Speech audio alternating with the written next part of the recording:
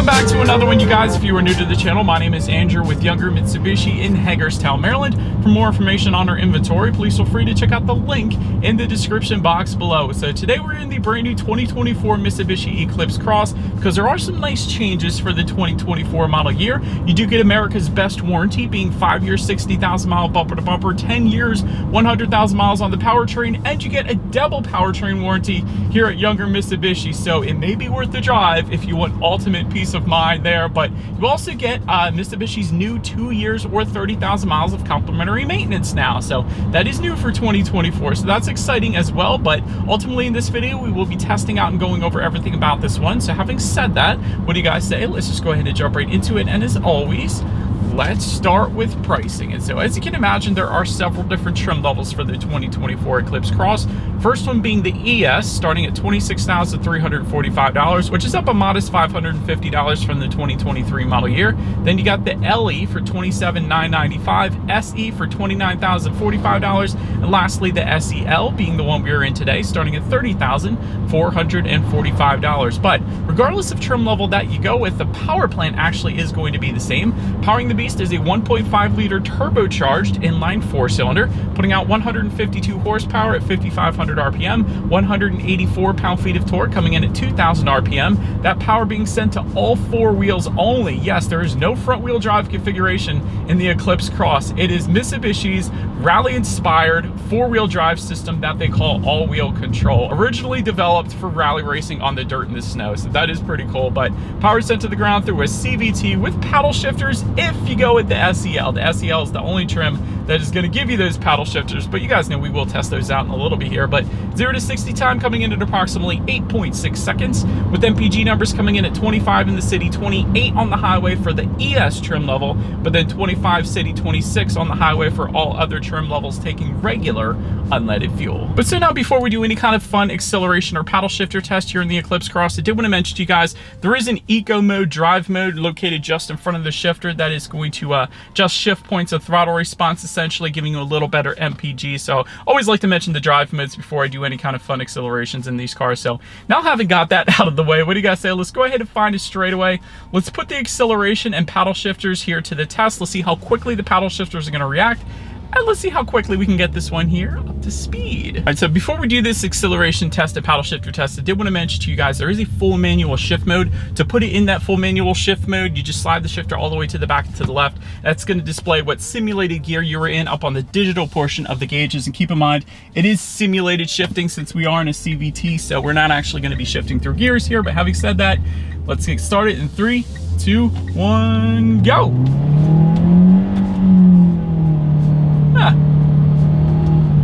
Nah, it still feels like a CVT, but it is pretty darn quick. It's actually a lot quicker than I expected, so no issues in merging onto the highway. But having said that, the paddle shifters do kind of feel like high quality, so I do like that. I like the feel of them, but it doesn't feel like I'm actually shifting through anything because we're in a continuously variable transmission, so there's not actually any gear. So having said that, you can still use the paddle shifters to do a little bit of engine braking if it's snowing out. So rather than hitting the brakes and risk sliding off the road, you can just do some downshifting, let the engine do a little bit of the braking. So they're good for that reason, but they don't really feel like traditional paddle shifters, I'll just put it that way. But anyways, to go along with that acceleration, as always, braking is equally important. So up front, you will find 11.6-inch ventilated front discs. In the back, 11.9-inch solid rear discs. As far as that 60-0 stopping distance goes, it's going to come in at a respectable 125 feet. That's pretty much par for the course when it comes to SUVs this size. But let's go ahead and test out the braking feel here. I'm just going to tap the brakes. It's fine. Yeah, no issues there. Not a super firm braking feel, but definitely not a soft braking feel either. Kind of feels just like you would expect the Eclipse Cross to feel like. So for me personally, I don't have any issues whatsoever when it comes to the braking. The touching on suspension and handling, up front you're going to get a McPherson strut front suspension. In the back, independent multi-link rear suspension, of course front and rear stabilizer bars. As far as ride quality goes, on these super smooth Hagerstown roads, it's been perfectly fine. In my short little test drive here today, honestly, I haven't had any issues. But like I said, that could be due in part because these roads did just recently get paved, I feel like 6 months ago or something. So yeah, it's perfectly fine there. As far as steering feel goes, let me just go ahead and yeah, it's a little bit on the looser side of things. That's to be expected in really any SUV. So I don't mind it. It's pretty much, again, average for the segment.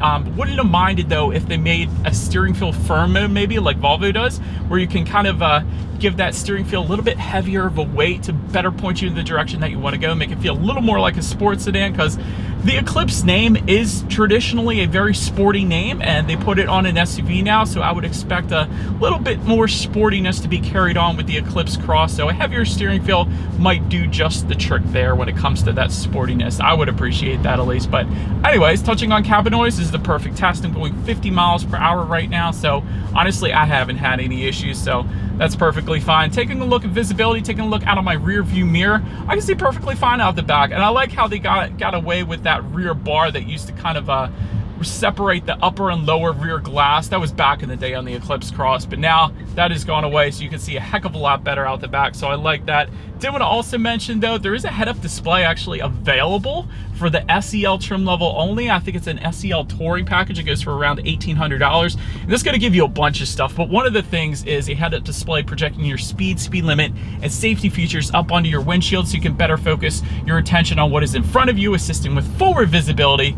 So that's going to be there for you too. But anyways, that pretty much rounds out the performance segment of this review, guys. Let's now go ahead and take a look at the exterior of a brand new 2024 Mitsubishi Eclipse Cross. All right, so here she is, you guys, the new 2024 Mitsubishi Eclipse Cross, finished in Mercury Gray Metallic, in case you were curious of our exterior color name. But as always, let's go ahead and start with where this one is made.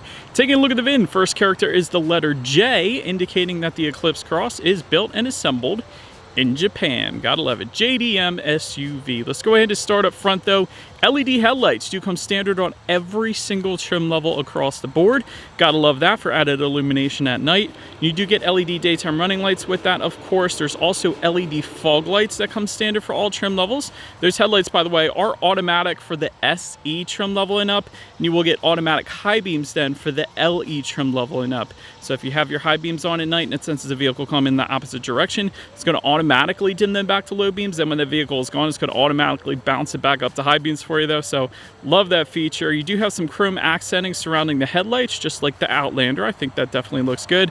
And there's going to be some chrome Eclipse Cross lettering found on the hood for specific trim levels, although not ours today. Do have a little bit of aluminum accents found on the lower portion of that front bumper as well. And I gotta love that intercooler hiding behind the bottom portion of that front bumper too. That looks pretty darn good. But anyways, that pretty much rounds out the front end of the Eclipse Cross. Let's now go ahead and make our way to the side. All right, so now since we are around to the side of this one, roof rails are going to be optional for the SE and SEL trims. However, they don't come standard, but we do have them today, so they look pretty darn good up there. Chrome window surrounds will come standard for all trim levels across the board. Do also get rear privacy glass for all trim levels as well. Gotta love that. Body colored power adjustable side mirrors do come standard. They will be heated with LED integrated turn signals. All of that coming standard. Gotta love that. And there will actually be power folding as well for the SE and SEL trim levels. So when you lock it up, they're gonna fold in. When you unlock it, the side mirrors are gonna fold out. So pretty cool feature there. Take a look down at the wheel setup. 16-inch aluminum alloys for the ES. 18-inch black painted aluminum alloys for the LE, and then 18-inch two-toned alloys for the SE and the SEL. So that's what you guys, of course, are currently looking at. And I love the body-colored side skirts on this thing as well.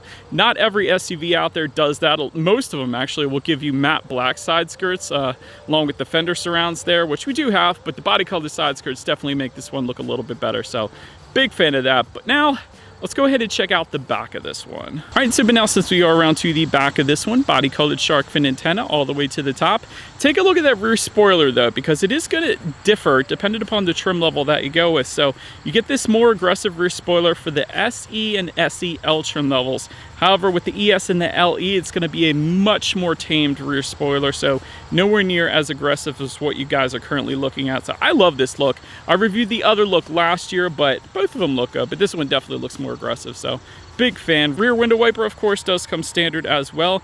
LED taillights, you do get those for every single trim level across the board, so added illumination at night there. I do like the Eclipse Cross lettering spelled out horizontally just below the Mitsubishi logo there. That also looks good. And if you were to go up underneath of this thing, as I'm trying to get here for you guys, there actually is a single exhaust outlet tucked away. So having said that, I do believe you guys know what we have to do next. Is always here is that exhaust clip.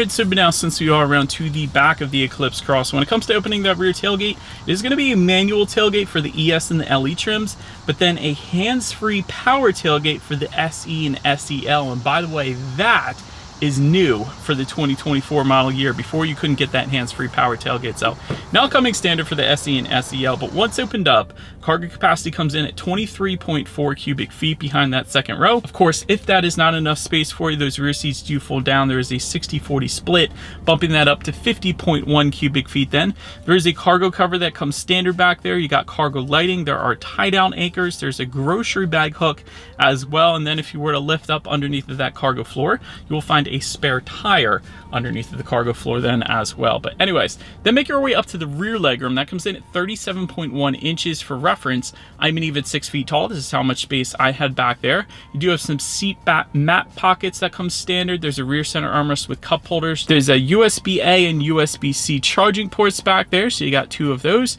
There are heated rear seats available on the SEL. We have that option, so I had to mention it. So spoil the rear passengers a little bit. We got heated rear seats. That's pretty cool. But then make your way up to the front seats. Cloth seating coming with the ES and LE trim levels. Leather suede combination for the SE. I love that setup.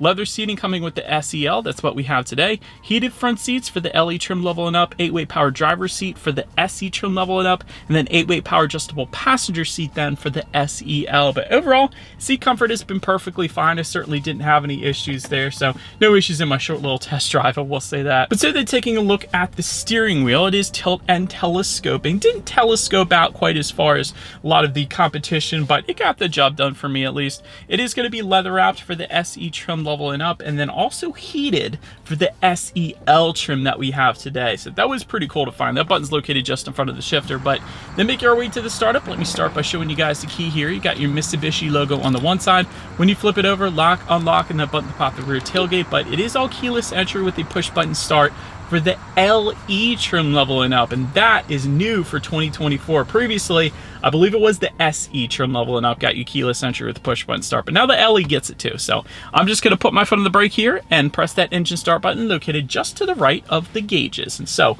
once started up, tachometer is all the way to your left, speedometer is to your right. There's a small digital display front and center then giving you things like outside temperature, trip A, trip B, of course what gear you're in, and overall it's a pretty basic setup, but it should definitely get the job done. But now let's go ahead and take a look at overall interior quality. There is a power moonroof available for the SE and SEL trim, so we do have that today. I like it. But HomeLink controls are going to be optional for the SEL as well, and we have those as well, and that's going to be located on the rear view mirror for up to 3 different garage doors. Dual zone climate control for the SE and SEL, but all other trims are going to get automatic climate control, so you can still set the temperature and it's going to hit that temperature. But with the SE and SEL, both driver and passenger can set their own individual temperatures there. Another thing I always like to mention with the Eclipse Cross is if you open the glove box, it's kind of got these 2 sections. So they put the owner's manual on top. You could of course take that out and put something up there, but I like the 2-tiered kind of glove box that the Eclipse Cross gives you, so big fan of that. There's a little bit of rubberized storage just in front of the shifter there. You also have the super all-wheel control button where you can lock it in that 4-wheel drive system. I forgot to mention that earlier, so that's pretty cool. Just behind the shifter you have dual cup holders, and within the center armrest it's actually a decent amount of space in there. I almost feel like it's more than the Outlander, believe it or not. So decent amount of storage in this thing, so I like that. Also like the kind of carbon fiber look found in the doors here too. It is plastic, but it does look like carbon fiber, so it's a good look to it. But now let's go ahead and take a look at the infotainment screen. You're going to find a 7-inch color touchscreen display coming with the ES, but then an 8-inch color touchscreen display coming with the LE trim level and up. Either way, you still get Bluetooth and audio streaming, still get Android Auto, Apple CarPlay, but factory navigation system is going to come on the SE and SEL trim, so I love that. And of course you can check out your radio information up there as well. And so when it comes to the sound systems, you're going to find 4 speakers for the ES and LE, and then a 6-speaker sound system for the SE and SEL trim level. So having said that, what do you guys say? Let's go ahead and turn on the radio, see what we got playing today, and let's test out the clarity of this one. Actually, probably one of the better 6-speaker sound systems that I typically test out. There was a ton of bass with that 6-speaker sound system, definitely more so than I expected.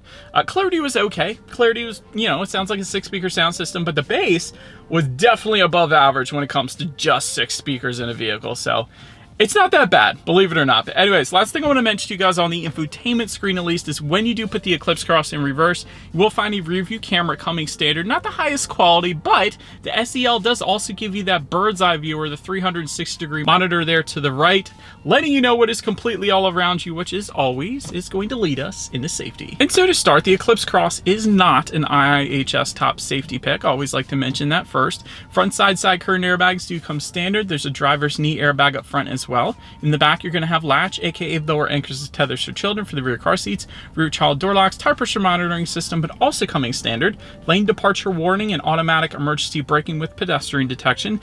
SE trim level and up is going to add to that a blind spot monitoring system with rear cross traffic alert.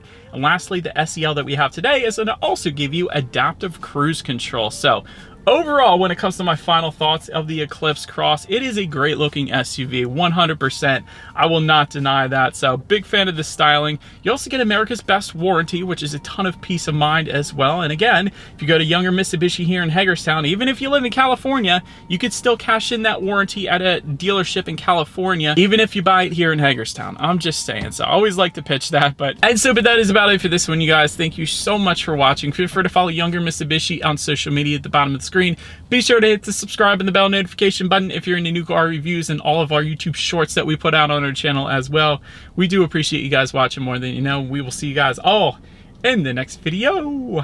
Bye.